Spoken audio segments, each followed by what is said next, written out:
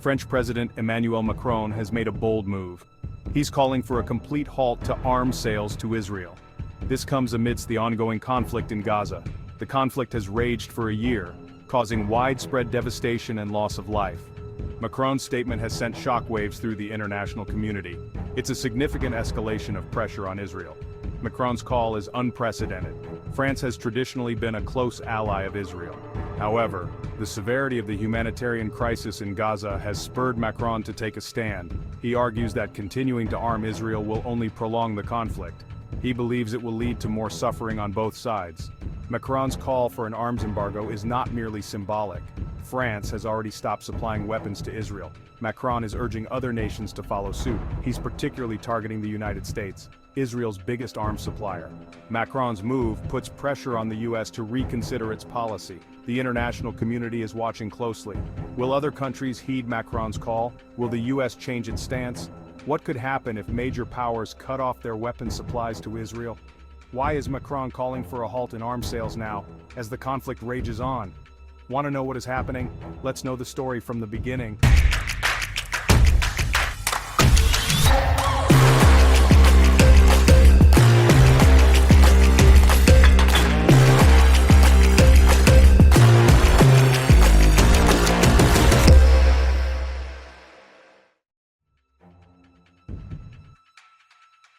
The Gaza Strip is a densely populated Palestinian territory. It's been under Israeli blockade for over 15 years. The blockade has severely restricted the movement of goods and people. It has crippled Gaza's economy and created a humanitarian crisis. The current conflict began in May 2023. It was sparked by tensions in Jerusalem. The situation escalated rapidly, leading to rocket fire from Gaza and airstrikes by Israel. The fighting has been the most intense in years. The conflict has had a devastating impact on civilians. Thousands have been killed, including many women and children. Homes, hospitals, and schools have been destroyed. The UN has called it a humanitarian catastrophe. The conflict has also fueled tensions between Israel and its neighbors. It's strained relations between Israel and some Western countries. The international community is struggling to find a path to peace. Macron's call for an arms embargo is rooted in his deep concern for the people of Gaza. He believes that the continued flow of weapons into the region will only perpetuate the cycle of violence. It's a cycle that has claimed countless innocent lives. France is not alone in its concerns. Many countries and international organizations have condemned the violence. They've called for an immediate ceasefire and a return to negotiations. However, these calls have largely gone unheeded. Macron believes that a halt to arms sales is a necessary step to break the deadlock. He argues that it will send a strong message to both sides that the international community will not tolerate further bloodshed. The goal is to create an environment where meaningful peace talks can take place. France's position is not anti-Israel.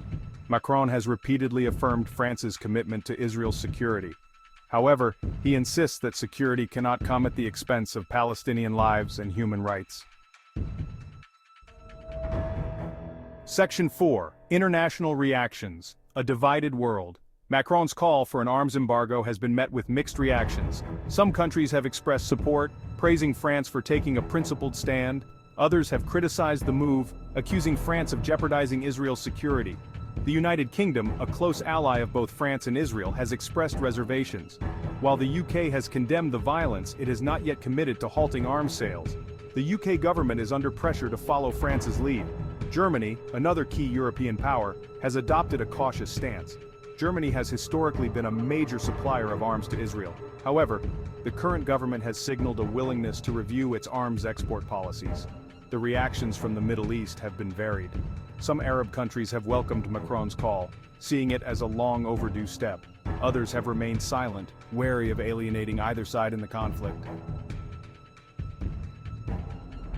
Section 5. The US and UK, a balancing act. The United States, Israel's closest ally, has pushed back against Macron's call.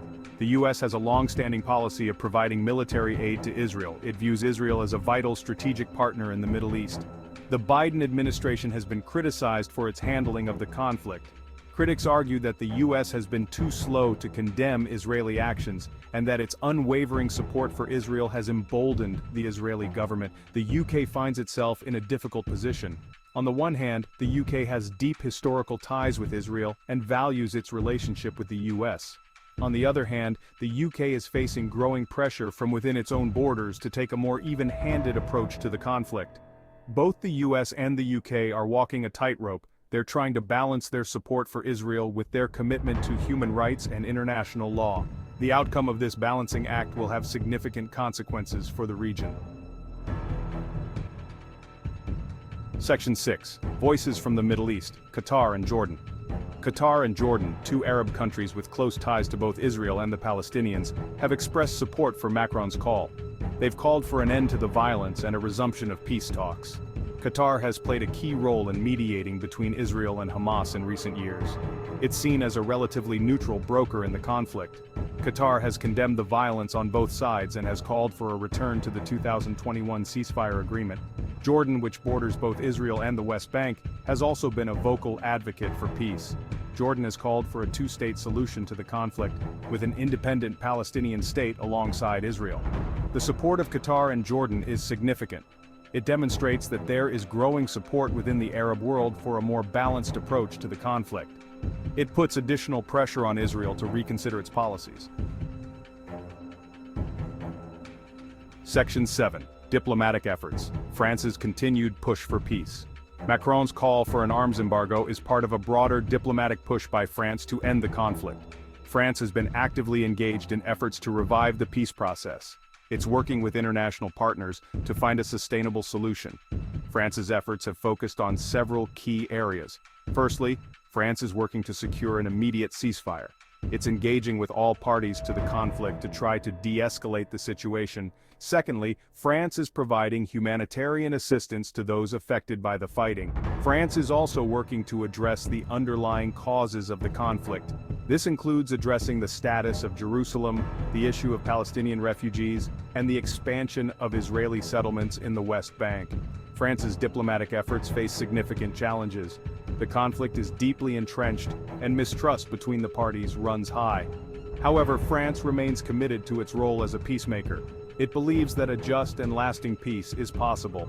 Thank you for watching. For more in-depth analysis and updates on this developing story, be sure to subscribe and hit the notification bell.